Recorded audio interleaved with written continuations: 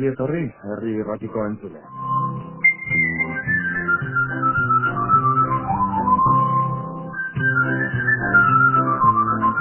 Berriro ere hementxe gauzkazue, Eusko Ikaskuntzaren laguntza horrekin beste saio berri bat egiteko.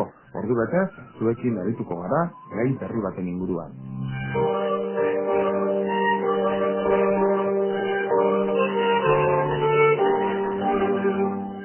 Zein garaietara joko dugu gaur? Eta gotorleku edo gaztelu hitza aipatzen baldin bat dizuegu, zerbait etorkizue burura? Alaxe da bai, gutxi gora bera, Erdi Aroko gotorleku eta gazteluez dizuegu dizuegu, batipat, Gipuzkoa eta Nafarroako eremuetan. Behintzat, gaur egun, Gipuzkoa eta Nafarroa ezagutzen ditugun bezalako eremu horietan.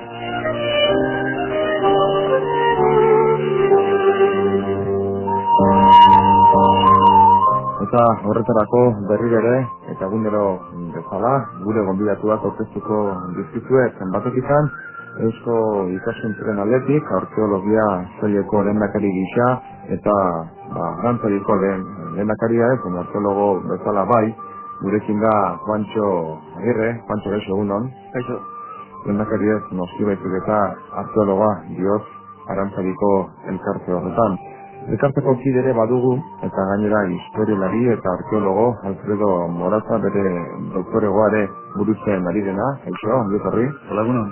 Eta bezutik ere David Zatirain, bera ere historian dugu lizentziatua, Arantzadiko kide eta doktore gai edo doktoregoare bultzatzen ari dena. David, ongi etorri. Mi esker.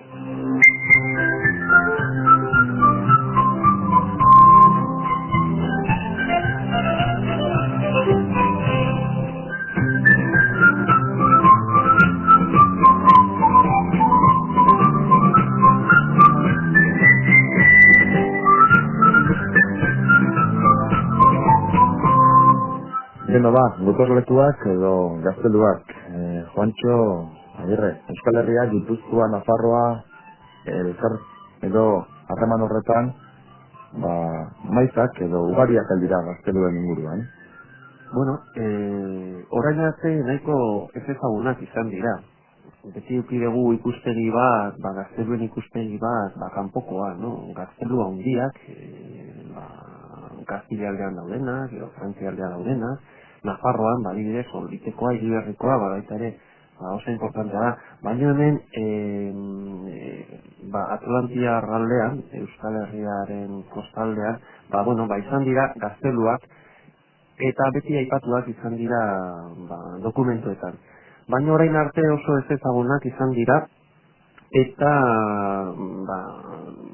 urtarrilean eta lehengo abenduan abiapuntua hartuta gazteluen izaera antolatu ditugu bai jardunaldi batzuk Euskal Herriko Unibertsitateekin eta baita ere kanpoko beste batzuken aditu guztiak bildu ditugu esateko hemen Erdi Aroan gazteluak batzeuden nolakoak eta ze funtzioa bete zuten gure Euskal Herriko formakuntza honetan. Horregaitik, Gipuzkoan badaude dozena gaztelu bat, eta juten dira 10. mendetik 15. bitartean. Bere funtzioa bete zuten 500 urtetan zehar, gora bera ezberdinekin. Gutxi gora bera goi Erdi Aroko tarte horretaz ari gara, esan dugu urtarrilaren 15. inguruan, egun hori bueltan edo nolako edo horrelako jardunaldi batzuk ere antolatu zenituztela, Alfredo. Gutxi gora bera zer hitz egin zan, edo zer aipatu daiteke orokorrean ondorio gisa edo jardunaldi horien inguruan. Jardunaldi horietan, Juantxo komentatu duen bezala, parte hartu zuten zenbait historiari eta arkeologok, eta nola baiten bai baten gainean jarri gendun azken emaitzak, gehien bat, ikerketak bakoitza ere bere hilduera ematen dula, eta mai gaina jarri gendun ikerketak ematen egin ginen. Orduan, eztabaidatzeko eta foru bat sortzeko gehien bat.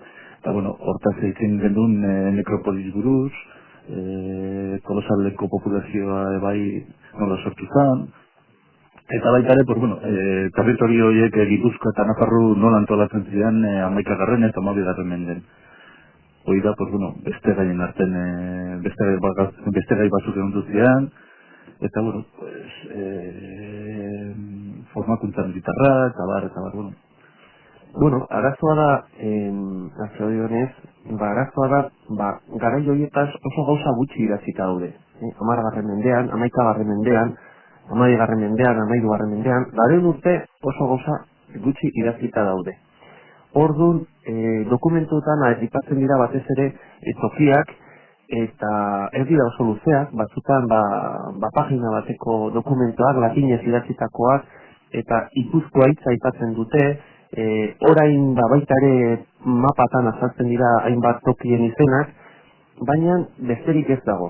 Horregatik dokumentalistaentzat eta historialarientzat, bai destuen daudenak, bai Euskal Herriko Unibertsitateen dauden ikerlarientzat oso zaila izaten da aztertzea eta garai hartako definizio bat ematea hain datu gutxiekin.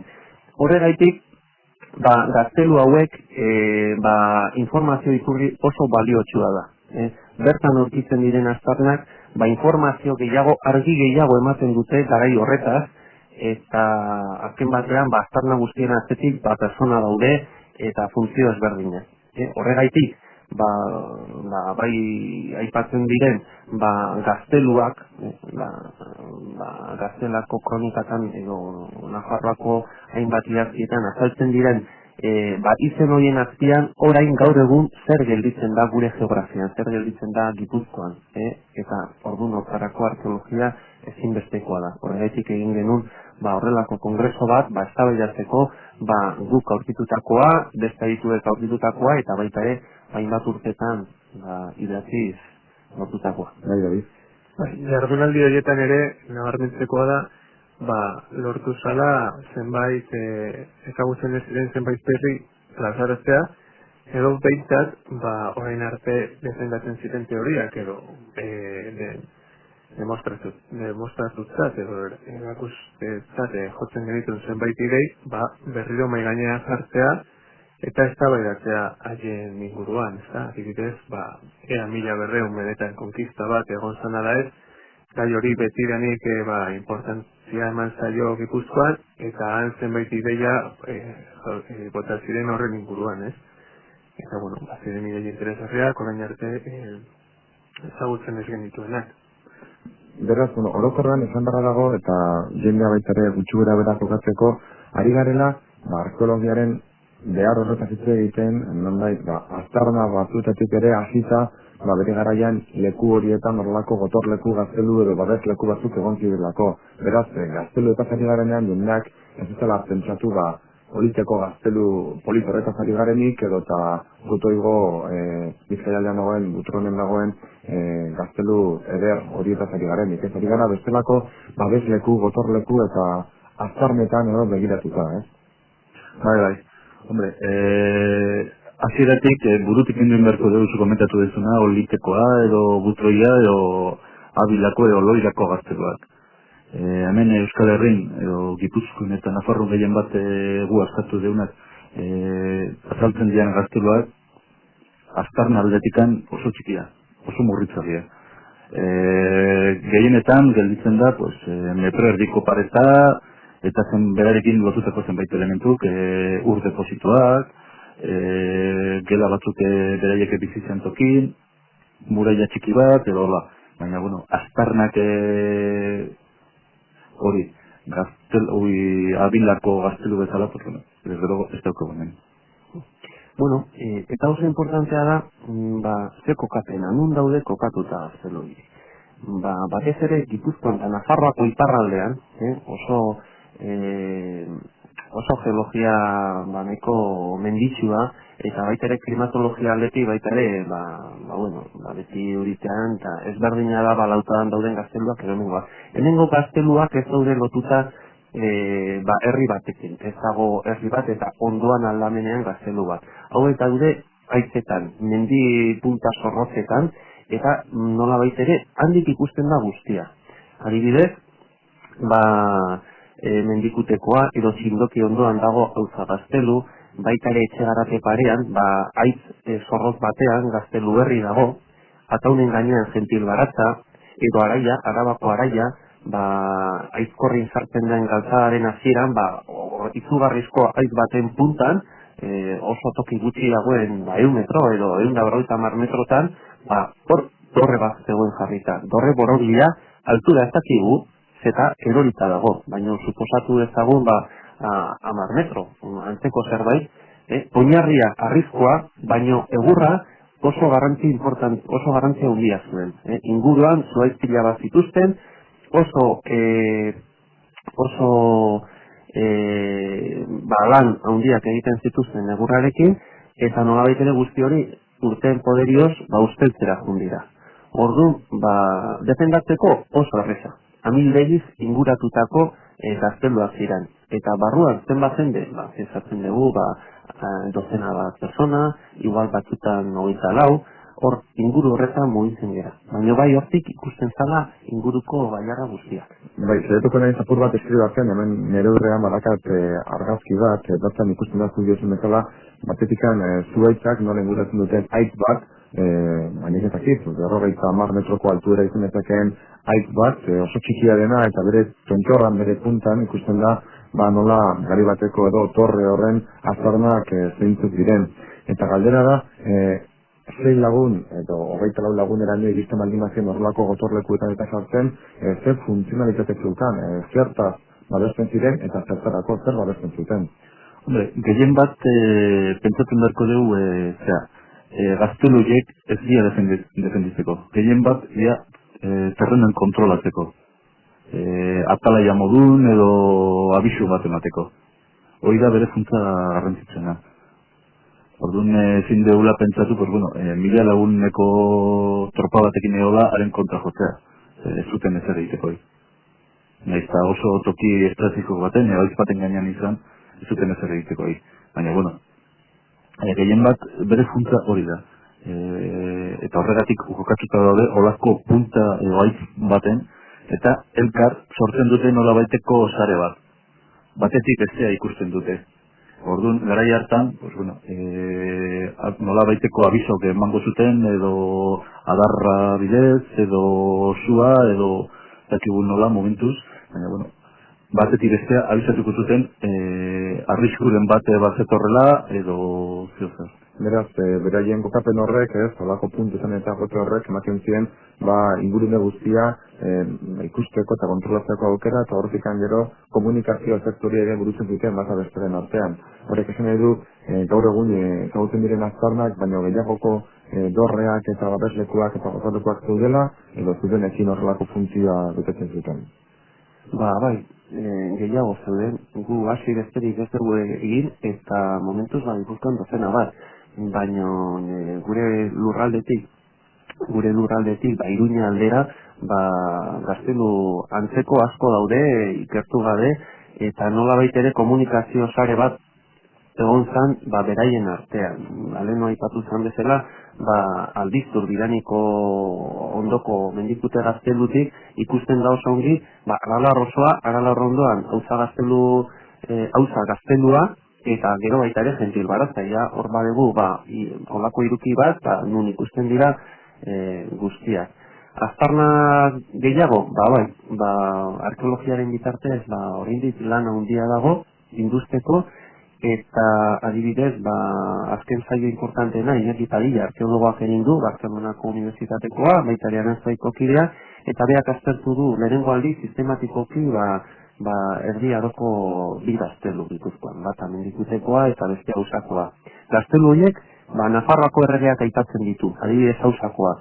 Zenbat obra, 14, 15 mendean jaez, 13 mendean jazaltzen da, Nafarroako erregeak konpontzen ditu gaztelu horiek.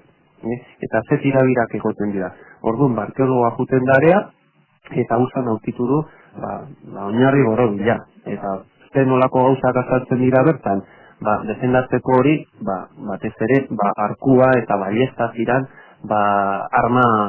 arma tresna importantena. Orduan, azaltzen dira, dozenaka gezipuntak, burdinez egindakoak, baita ere lantzak, eta baita ere, hainbat soldaduen jantzien botoiak eta plikeak eta gerrikoak eta abar. Orduan, defendatzeko aukera handiak zituzten, behintzat urrutik. Eta ez pare, zitio edo azetio bat baldin bat zegoen inguruan, ur depositoa barruan bazuten, eta horiek aurkitu dira ere bai. Beraz, aukerarekin ere, hor, egun batzuteko pasatzeko, non bai? Bai. Bentsat, eta pentsatzen barko du baita ere, Gaztelu horietan bezik gerreatzen ez ziren izango. Orduan, topatu dira zenbait elementuk bai, nola baiteko denbora galtzeko. Telebiziorik ez egon eta periodiko ez dara, orduan, bertan nola entretenitzen zian. Eta topatu dira elementu horiek nola entretenitzen zian. Azaldu dira, bai mendikuten, albiztorren dagoen Gaztelua, bai hauza Gaztelun, Zaldegin, eta baitare gentil baratzen ataunen dagona, dado batzuk. Ezurrez indako dado txiki batzuk, eta ematen duenez, hortikan jolaste zuten bere soldata murritza bentsat beraien arte. Ez da giztuna da, zen motatako joku edo erabiliko zuten, ez? Eta zute ezurrak daudela, baina horretraino ere, ezin gara iritsi. Handezteko ja ez, baina, Dimaren, Arantzadi Zientzia elkarteak edo bultzatu du ekimen hau, aritzarete hor, induzketa berriak eta diferentak egiten, zergatikan batez ere ari gara Erdi Aroa zitze egiten eta batez ere Gipuzkoa eta Nafarroako ingurune horretaz, David?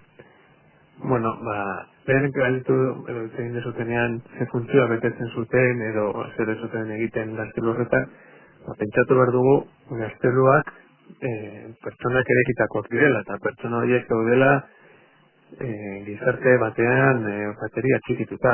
Eta gizarte horrek ez du zertan izan behar gurea bezalakoa. Eta, Gaztelu horiek horren adibideen abaria dira. Gaur egun inorrez da bizi inguru haietan. Mendikutzan daude, gaur egun ezin da bizi, edo ez daukagu zer egitegitan egoteko, baina garai hartan bai, lotu behar ditugu Gazteluak, batetik, abeltzaintzarekin adibidez, edo transhumantziako bideekin, eta eta beste aldetik, gizarte arloa edo ekonomia arloa, baldin badagokio, politika arloa gaur egun denari, pentsatu behar dugu Gaztelu hauek sortu direla nolabait, Nafarroak bultzatuta, edota Nafarroako erregeak bultzatuta. Zeren eta hasieran, Gipuzkoara iristen den zibilizazioa, esan dezagun, Nafarroatik bultzatutakoa da, ezta? Orduan, zergatik lotura hori Nafarroa eta Gipuzkoaren artean?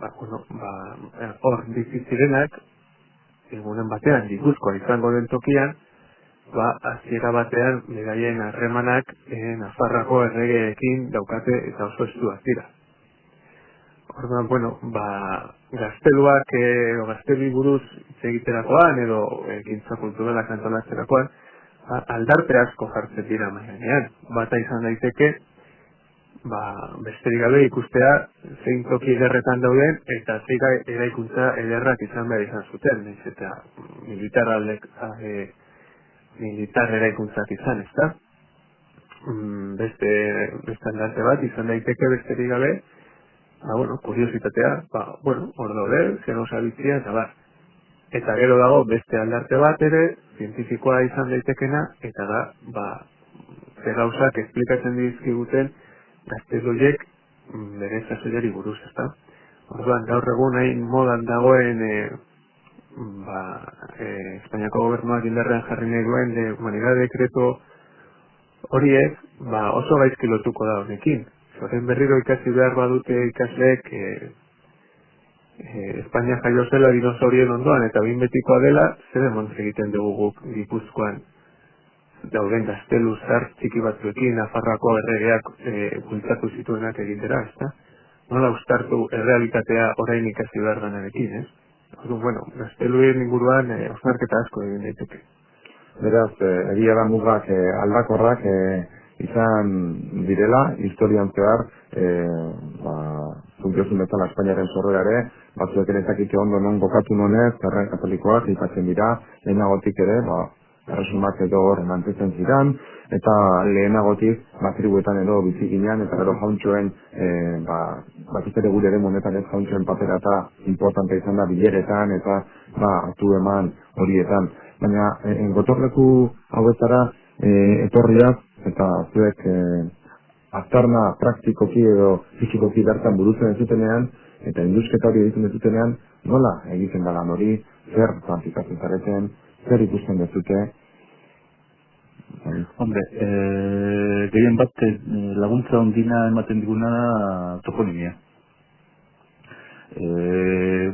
Konturatzen baldin bagea, gaztelu hitza normalin erlazionatuta dago gaztelu batekin, eraikuntza batekin. Orduan, hori da nolabaiteko abia puntu, bererekin jotzeko. Eta, badaude beste tresna batzuk, bai dokumentazio aldetikan, eta bai, azken finean menditikan ibiltzea, nolabaiten kokapen horiek bilatzeko.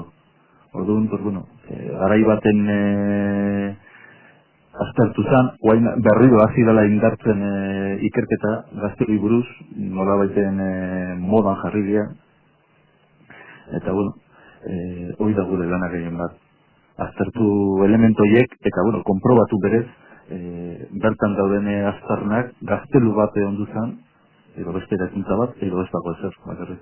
Zergatikan, hori bai, azterok esan du, zergatikan bururatu egintzaitzu edo kurritu edo buruan sartu, hau egitea, aztarna hauek eta bilatzea, nondikan dator min hori, zein da arrazoia? Daramagu mende bat, ikerlariak horren atzetik, eta intzindarienetako bat, Jose Miguel Barandiaran da, bere gazte sasoian, gentil baratza induztu zuen, eta baita ere, hausan, gerozti, beste batzuk etorri dira, Ignacio Barandiaran, Genero Libezaliz, eta gero azkenengo belaunaldian, batez ere, honiekin dio, Iñaki Padilla, arkeologoa. Baita ere, gaztelu hauen inguruan, baita ere, haude beste gotorleku txikiagoak, edo oraindik bere funtzioa ezagutzen ez ditugunak, eta Alfredo, berria bezala, aurkeztu zitunak, herri aroko, tumulo batzuk, edo igual defentsarako ziranak, segura, hori inguruan, eta zergaitik interesau, baita ere garaia oso interesgarria da. Davidek esan duen bezala, orain ikusten dugun gure Euskal Herria, gure herrialdekin eta horrela antolatuta, baina beti ez da horrela izan. Eta orain ezagutzen ditu mugak ere ez direla horrela izan. Orduan, azkenengo urteetan, interes handia sortu da, ikerlarien artean, jakiteko lurralde antolakuntza. Zergaitik hemen dago errege bat, Nafarrokoa, zergaitik sortzen da Gipuzkoa, guzti hori. Eta nun bilatu hori, dokumentazio guztia irakurrita baldin badagoia Juan de Mendetik hasiera. Nundi, bi aztarnategi importante aurkezten dira gure begien aurrean. Bat da, Eliza, harriz egiten diren lehenengo eraikuntzak, Eliza eta ondoan kanposantuak, azkenean, hildakoak garai batean biztanleak ziren, hor badaude aztarnategi politak, eta gero, harriz egiten ziren, garai horietan, harriz egiten ziren, beste eraikuntza importanteena gazteluak ziren. Orduan, tipologia aldetik, aztarnategi arkeologikoen tipologia aldetik hauek oso finkatuta daude. Ze arazoa daukagu, etxe bizitzan nun zeuden. Jendea nola bizitzen zen, eta gazteluak hor ditugu, Elizak ere bai, baina zaila da. Adibidez, Elena Barrenak, badira urte batzuk, saiakera importanteak egin zitula, gazteluak hemen, Elizak hemen, eta bidezareak, behitzak guazen ikustera bidezaleak, eta bideak nundi nora juten ziren, galtzadak eta bar. Orduan, zailtasuna handia ditugu, eta argi eman nahi genuen, garai, hain importantea den garai honetaz, 1200 ingurukoa, eta baita ere, gure ondarea, gure kultura ondarea, zabaldu. Beno, musika entzun horretik, ari ginen Eliza kanposantu, eta gaztelu edo gotorleku ez hitz egiten, entzuten ere, harriz eginda daudelako, eta mendietan, barrena mantendu egin direlako, eta baliabide nagusiak direlako, garailetako jokamoldeak, portaerak, ohiturak, eta eta gainontzeko guztiak ere ezagutzeko. Nola ezagutu daitezke hori eta zerrego? Hombre, kontutan eduki behar dugu garai hartako egoera nola baiten oso ezaguna da. Orduan, gu poliki-poliki arkeologo bezala eta baita ere historiali bezala sortzen nahi deuna da puzzle, garai hartako puzzle handi hori nola baiten betetzen. Momentuz, pieza gutxi daukagu. Eta poliki-poliki, lortzen nahi gara gauzak. Lehen urten itustu zen adibidez Zarauzko nekropolis bat, oso interesantea, hor zeriazio bat egon duzen erabilizan iaia bosten urten zehar, 8. mendetik 14. mende arte, eta nekropolis eta modu ezberdinetako lurperatzeko. Horrek eman zigun informazio asko, baina ez zigun eman adibidez non bizitzen jende hori, nola jazten zan. Hor daukagu, beste hueko batzuk. Hueko horiek nola beteko dugu, ikerketa gehiagorekin, dokumentazioarekin, poliki-poliki, geotetekin gehiago atatzen egea dokumentuai, eta dokumentazio, beti berrie azaltzen da, eta hor poliki-poliki hori lortuko dugu puzzle handi hori betetzea. Bai, gogoan dut nik Zarauzko kasu hori nola, Zarauzko herria sortu aurretiko pertsonak eta mendetako garaia eta nola aztertu eta industru egin ziren, oso importantea izan zana, eta dizun bezala gero utxuneak zeratzen zaizkigu, haien datuak atera bai, baina gero ere, horiek komplementatu egin behar dira, beste dokumentu historikoekin, edo garaiaietako bestelako datuekin, bide hori ere landuko egin behar da, Bai, hain zuzen, Alfredo aipatu duen puzzlearen beste zati bat dokumentazioa da. Kontua da, dokumentazioaren nahiko murritza da eta dokumentazio hori era ezberdinetan ulertu daizekela. Eta hori adibidez, lehen aipatu dugu jardunaldietan agerian gelditu zen. Eta eman zen berrikuntza bat izan zen, orain arte gaztelu hauek aipatzen zuten agiri horiek edo dokumentazio hori zalantzan jartzea. Adibidez, Gipuzkoako gazteluak batez ere sartzen dira historian ospe hondikin, gaztelako erregearen kronistak esaten duenean gaztelako erregeak konkistatu ditu dela gazteluak, Gipuzkoako gazteluak. Eta orduan, han bota ziren nireia batzuk ziren hori zalantzan jartzea. Zergatik arziniztu behar dugu ofiziala ez den kontakizun hori. Zerratikan, batez ere eta are gehiago ikusita ondoren datorren dokumentazioa ez duela hori berrezten. Edo beste galdera bat, han bota zuena Josean Marin doktoreak galdetu zuen. Zenbat aldiz esaten du 1100 ondoren gaztelako erregeak Gipuzkoa berea dela? Behin ere. Orduan, bizimodu hori ulertzeko gauza asko oraindikan ikertu behar dira. Eta galdera hauen inguruan, benetan pentsatu, noruntz begiratzen zuten gure arrazoek, eta gizartea zuten antolatuta, eta lehen esan dugun bezala, gaur egun ez bestelako zela, ezta? Historialaria izanik eta labur-labur kokatu gaitzakezu gara jaietan, Nafarroako erresuma genuen, zer nolako harremana zuen inguruko herriekin. Bueno, esaten genunaren hildotik, beste gizarte mota bat da. Gaur, Juantxok aipatu lurraldetasuna eta lurraldeak ikusten ditugu. Garai hauetan ez genituzke lurraldeak ikusiko antolatuta, administratiboki, horrela posibilitatea baldin bada. Badago lurra, badago eremu fisiko bat, eta jendea bizi da, gehien bat antolatuta familiatan, zenidetasuna da importantzia ematen duena, eta zenidetasun horretan buruan direnak, beste buru batzuekin dituzte harremanak. Orduan, Gipuzkoan dauden familia handi horiek, gerora aire nagusiak edo bandoak izango direnak horiek ezagunagoak direla, horiek dira harremanetan daudenak erregearen ordezkariekin, Nafarroako erregearen ordezkariekin. Horregatik kontatzen digutenean, Gipuzkoa konkistatua izan zela edo, baina Gipuzkoa existitzen alzan 12. mendean. Existitzen zan jendea, zeuden ere familiak, eta behar bada, gaztelako presentzia militar indartsua zela eta familia buru batzuk erabaki zuten bere etorkizuna oparoa izango zela gaztelaren alde. Beste batzuk agian ez dukatenen garbi. Testuinguru horretan ere kokatu behar ditugu gaztelu hauek betetzen zuten lan, adibidez. Mugak ere zaztuak ez delako, Nafarroako erresuma gaztelakoa baina gainontzekoa familiak ziren, gedura jauntzuak etorriko dira. Lehen ere esan duzu eta oso ondo esana, muga aldakorra dela. Mugak gertakizun historikoak dira. Badukate jaiotza, eta berez izan beharko lukete ere iraunditze data. Eta orduan, muga zegoela esatea gara hartan, ez da zuzena. Adibidez, gaur egungo Gipuzkoaren mugak 19. mendekoak dira. Eta Gipuzkoa klasikoa 16. mendean osatzen da. Oinakeri gabe, Eitz eta Gatzagaldean sartzen denean, eta bendikan orain, asko kostata ez. Orduan, muga horiek, desde luego, guztiz aldakorrak dira. Eta, Gipuzkoako muga aldakorra baldin bada, zer ezanik ez gaztelako erresumarena edo Nafarroako erresumarena.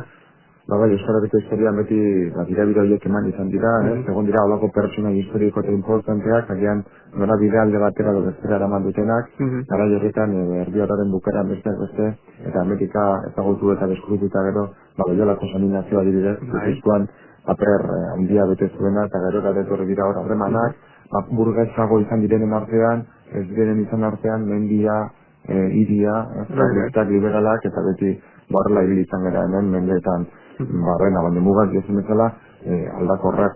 Eta gotorleku ezin ari garen ez, Juancho, zergatik orain bururatu egin zaizu edo torkizun batean, ezakit labur edo ezen labur horretan agiratzen batzuk bultzatzea, nola dago aspapen eta ideia hori?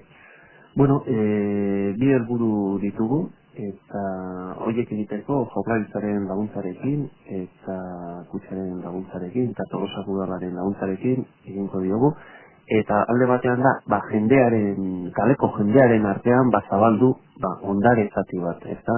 Ondare zati hau.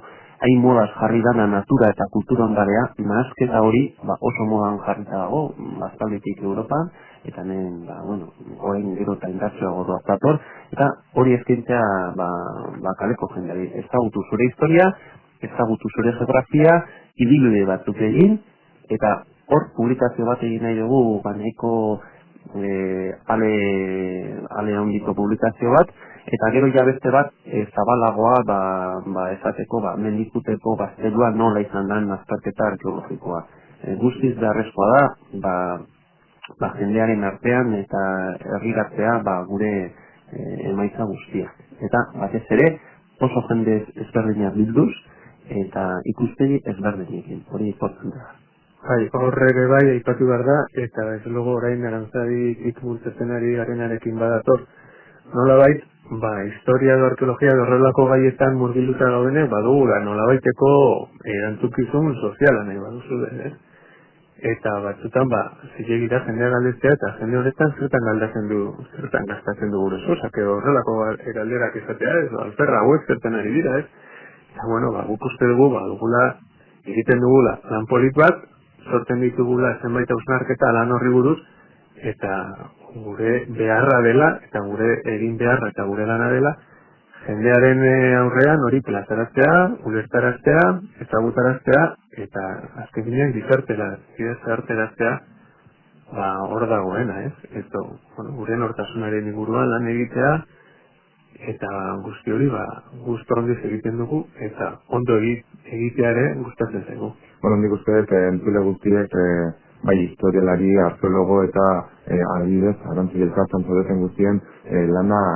bagian bultzatu eta ondo medio honez ikusten dutela, eta ari garen ez ere argitauten horiekin, aipatu egin dugu, anizazuna beharrezkoa dela, idei perspektiba ezberdinak plazadatzea, laguntzak aipatu ditugu, baina epeak ez ditugu eman, zatik gara, 2001, 2002, ez zatik burran ikantatzen ari garen, ez nintetik egin zilegi da, noski, oan dikan ere epe... Oso maizurra izaten ari zazora. Guk aurten, pensatuta dugu guzti hori zabatzea, baita ere ikusita ze harrera izan zuen jardunaldia, jendez banizta ibili ginen, baita ere pentsatzen ari gara, bertan, plazaratutako komunikazioak eta argitara ematera, ezta? Orduan, lehenbaien, pentsatzen dugu, udarako, izango dugula, Erdi Aroko gazteluen gida liburu bat, eta jendeari izateko, zer bilbidea dituzu, adibidez, orain, okurretzen zaizkidanak, hartu araiatik, Arabako araiatik, galtzada, handik ateratzen den galtzada Aizkorrira, eta pasa, Mirutegi, gazteluaren ondoan, naiz baten gainean dagoena oso polita, eta galtzadan barrena Aizkorri eta bukatu Zanaldianen Zegaman. Ikusteko, gaztelu hauek baita ere bidezarekin lotuta daudena, edo, Aralarko altxorran, hor beti abeltzantza, eta bar, txindokira jun ordez, hain beste jendea beti azte bukaeratan, txindokira jun ordez, hausara jun. Txikiagoa da, baina bertan ikusiko dute, nola saldu dira, dorrearen oinarria. Oinarri borrokbiak eta jarraituko dutela, Barcelonako arkeologoak, hortzan lanean, edo beste bat, Urkizu auzoa jun, Tolosan dagoen Urkizu auzoa jun, Ermino Zabaleko magaletan, eta gero, Ordu Herriko ibilaldi txiki bat, eta mendikuteko gaztelua ikusi. Orduan, guzti hori, jendeak, kaleko jendeak gogokoak ditu, eta nola baita ere, bere planoan, eta bere ibilbidekin, eta planotxoa, argazkiak eta jendeari esateko, azte buru honetan, edo goiz honetan, arratsalde honetan, hortarako publikazioa pentsatzen dugu udarako egongo dela. Gero zer gertatzen da,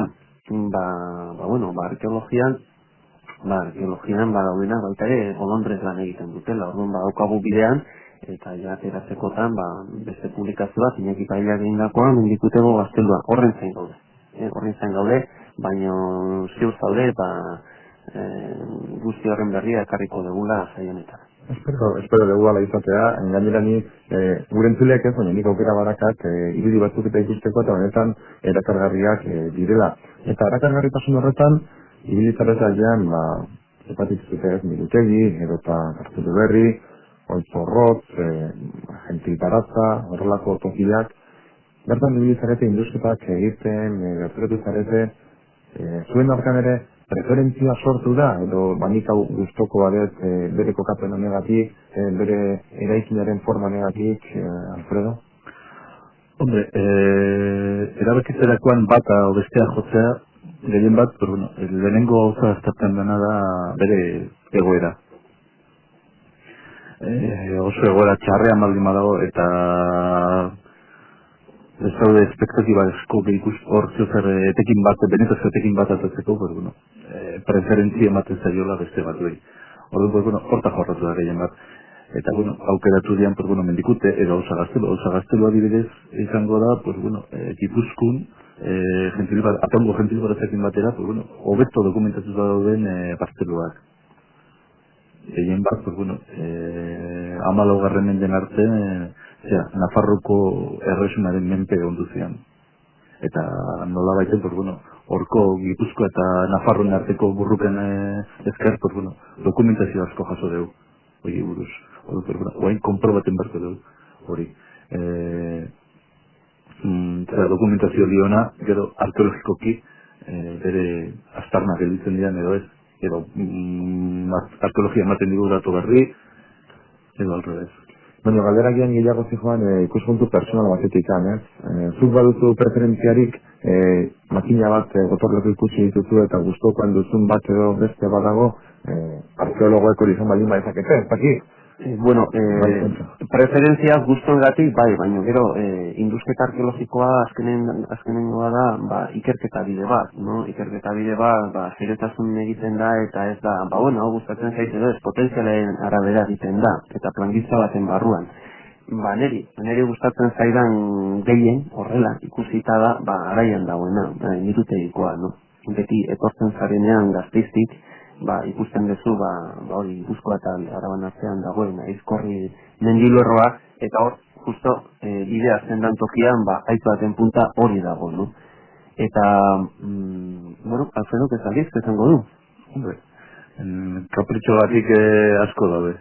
Ikusten duzunez, arkeologoak dira artistak bezala. Eta ez dute aitortzen, liburu hau bestea baino gehiago edo abesti hau baino gehiago. Zenbala guztiak berdin jotzen dituzte. Bueno, hain ez grafiko, arkeologo eta historialarien arteko lako tirabira bat hemen sortzen, baina galdera bitxi bat edo bintzat burura jo dezakeena, eta administrazioki edo administrazioko ikuspuntu batetikan, eta mugen ikuspuntu batetikan, eta bat, gaur egungo egoera gari batekoa bezalakoa ez izan, gaur egun badakagu hiriburu bat, Donostia dena.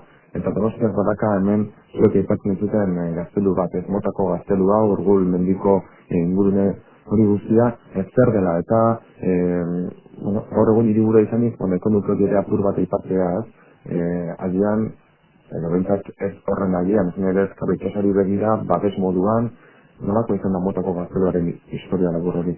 Bai, ez dut uste posiblea dela lotzea hiriburu izatearekin.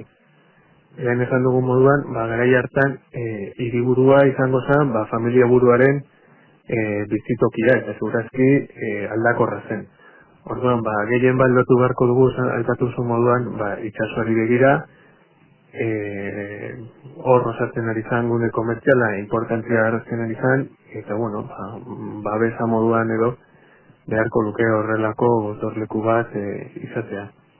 Gotorlekua bereaz, motako gaztelua, zer dugu, Tontorreko eraikin hori, mendi guztia aipatu daiteke, nolakoa zan, garaia hartan. Hombre, Donostiko gaztelu buruz oso aztarna gutxi gelditzen dira. Azken finean, pues bueno, geroztikan egindako obrak jan indute aurretikan ez zidanak. Hori hola izan du da. Eta berdina gertatu da adibidez Hondarribikoekin. Azken finean, Hondarribiko gazteluak ukantzen zen, jende guztia ezatzen du paradorea. Carlos Bosgarrenen paradorea. Hor zegoen kokatuta eta aztarna azuntarrun daude, dikan, ikusteko moduz. Donostikoa bueltatzen, oso aztarna gutxi daude, eta, egin bat, modifikazio asko, aldaketak asko ondu dira gaztelu hortan. Eta, gaztelu horiek nola baiten, indarra hartu zuten denborarekin. Muga bat berriro bueltatzen egia mugata, eta muga bat sortu zanean, Frantzia eta gaztelen arteko muga bat, gaztelu horiek zian mugatik oso gertu. Indartu zian nola baiten, eta ertaroko aztarna guztik jan zuten nola baiten. Eta guen gelditzen dianen artean, aparte, jarri dute monigote handi bat erdin, eta hori desfiguratzen daia gelditzen zian aztarna bakarrak. Alkolak ipatzen dugun monigotea usteret, entzule guztiek jakin badakitela, eraikuntzat edo zen olako eskultura, edo nahi zuten bezala ipatu, baina irudiaz ari den itea egiten. Eta guk jakin badakiguna da, denbora pixkanaka agortzen da ditegula. Orduan, ez dakit zuen indusketa mundu honetan eta gotorleku edo gotorleku ez ari garenez, zerbaitola zintzilik geratu egin zegun, aipazteke dagoena, edo gutxi gora bera gauza guztiak edo tratatu egin ditugun, ez dakit zerbaitola zituten gaineratzeko. Gure entzule jakin dezaten, hiribilduak izan direla nola ere, orain arte, Gipuzkoaren historian referentzia importantenetako bat, dira, no? Baina daukagu historia zarrago bat, historia zarrago horretan Nafarrako erresuman gaude, eta horiekin lotuta gazteluak eta hainbat eliza gaude. Orduan, nola ere, nahiz eta idatzi zazatzen diren idazkiak, 13. mendean, menditik honean, ugari zuten direnak, daukagu historia zarrago bat, eta baditugu gaztelu horiek gure eskualdean. Eta horiek ere bai gure kultura ondarea eta gure historiaren zati importante bat dago. Historia izan genuen garai hartan, nahiz eta idatziz oso murritza izan.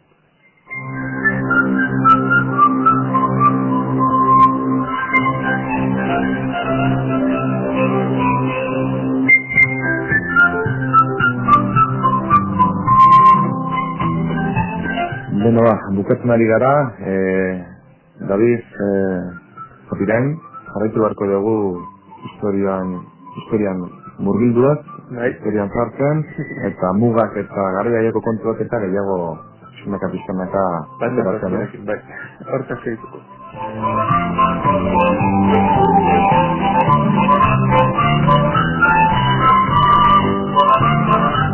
Zure monofan jarraitu ere zuzeu indusketa horiek burutzen, monigote, dekin edo gabe. Jarraituko dugu, eta badakizue gu beti prest gaude zuek laguntzeko, edo informazio jatzeko, edo emateko. Eskerrik asko.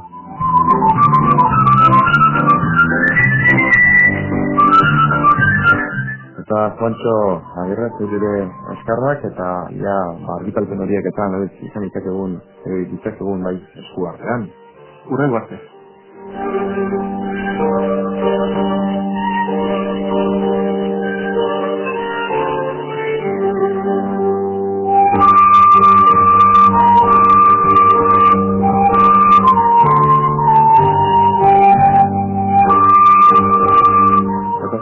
Herri bateko entzule hori eskerrik asko gurekin izateagatik.